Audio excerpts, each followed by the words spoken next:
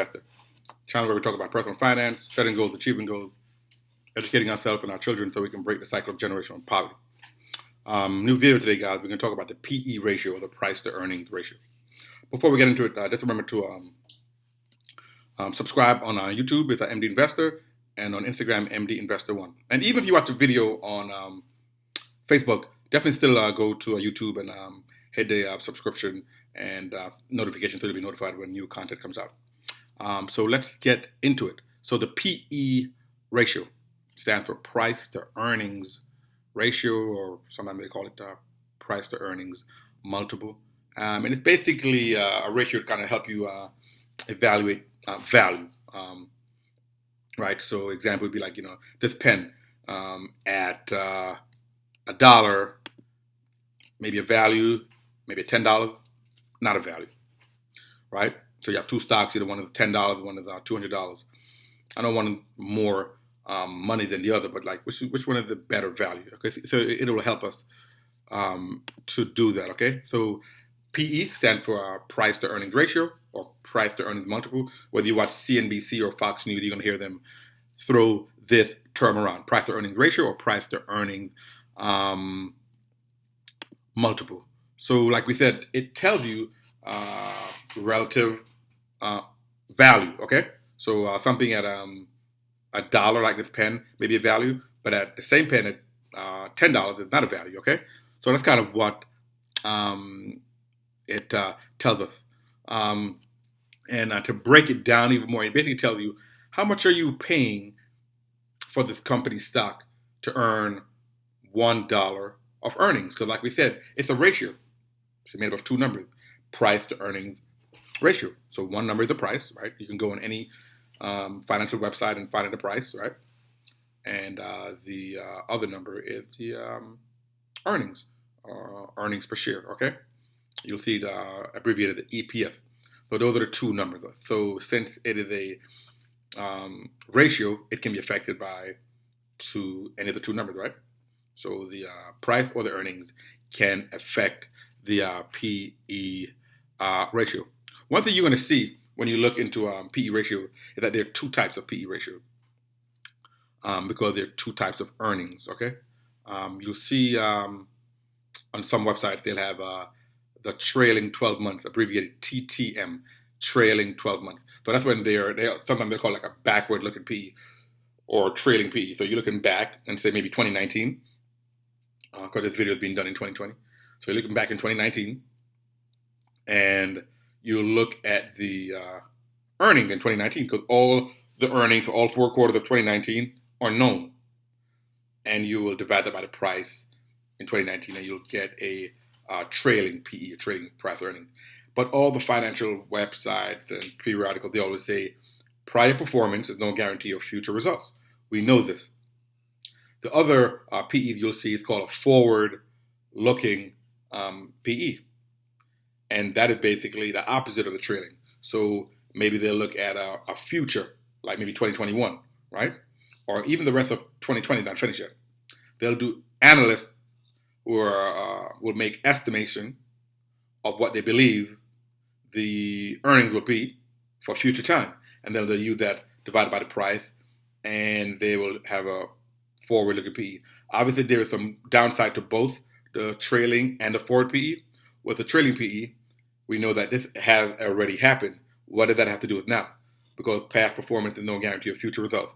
And the forward-looking estimate also has some downside, because you're making an estimation, which means like you can not be taking some things into consideration, right? I'm sure the analysts and in late 2019 were making estimation of what the earnings of different companies would be in 2020, not knowing that there's going to be a global once in 100-year pandemic around the corner, right? So obviously they had to revise those estimations. So there's downsides to both, but I just wanted to let you guys know when we go later on and look at some different PE, you're going to see the trailing 12 months PE, TTM, or the forward-looking PE. Okay, let's do some examples, okay? The numbers you want to keep in your mind are 10 or less than 10, which would be when the PE is less than 10, it's considered undervalued or you're getting a good deal, right? So the company with a PE less than 10 is considered you are getting a good deal. You're paying less than $10 for $1 of earnings. And for a PE ratio between 10 and 19, that's considered fair value. You're not getting a good deal, and you're not being taken to the cleaners. You're not being ripped off. So a PE ratio between 10 and 19 is considered fair value. A PE ratio of 20 or above is considered overvalued. I mean, the company is kind of expensive. It's trading very high at this point. You may want to wait for what they call a pullback or wait for the price to drop. Okay, so those are numbers to keep in mind to kind of give you an idea of whether I'm getting whether I'm getting an undervalued stock, fair value, or overvalued based on the PE ratio. The historical PE ratio, basically, since the stock market has been in inception for probably over 90 years, is about 19.4. 19.4 is considered, it was the historical average, right? Good time, the bad time, when the stock market crashed in 1930. Taking all that together, the average is about 19.4, which is kind of right on the edge of fair value and not quite into overvalued territory, but that's the historical PE.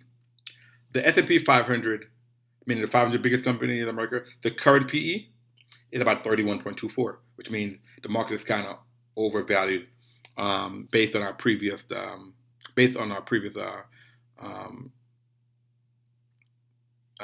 thing that we mentioned. Okay.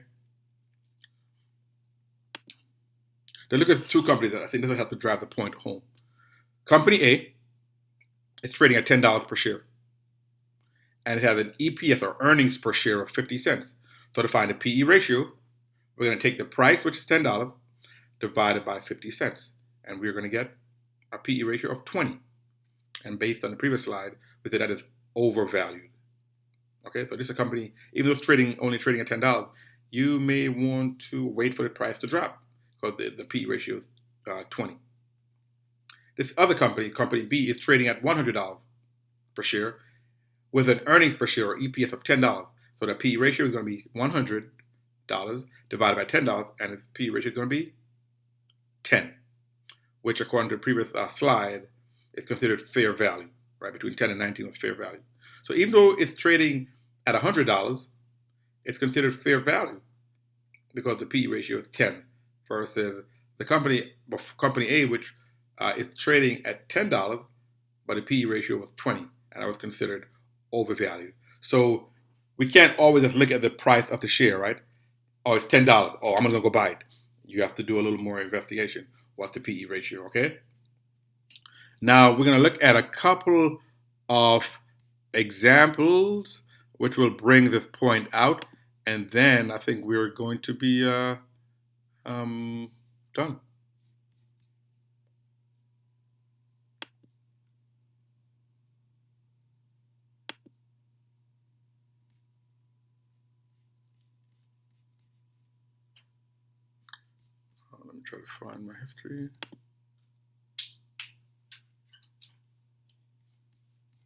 Okay. All right, let's look at this is Yahoo Finance. Chipotle Mexican Grill, right? Chipotle, trading at $1,351, so $1,351, very high price, right? And over here, you see EPS, which is, as you learned, is the earnings per share.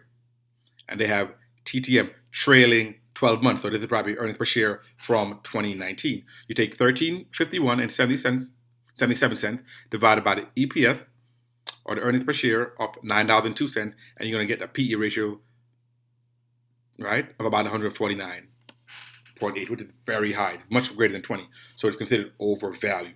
So if you want to get a position in Chipotle, you may want to maybe wait for the price to maybe go down a little.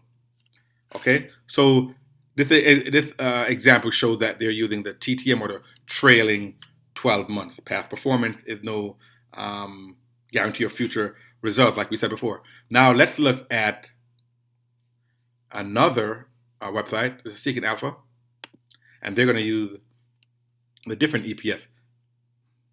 earnings per share. So we're looking at Apple, right? Price is of $116.30. That's the price.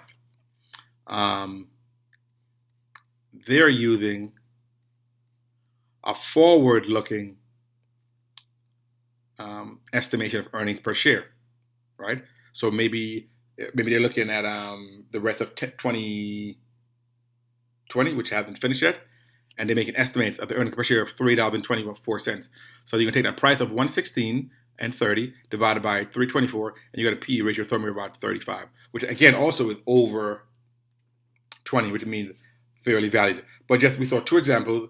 One Chipotle in Yahoo using the TTM or trailing 12 months, and then here on Seeking Alpha we're looking at Apple, and they're using the earnings per share, the forward-looking or estimation earnings per share.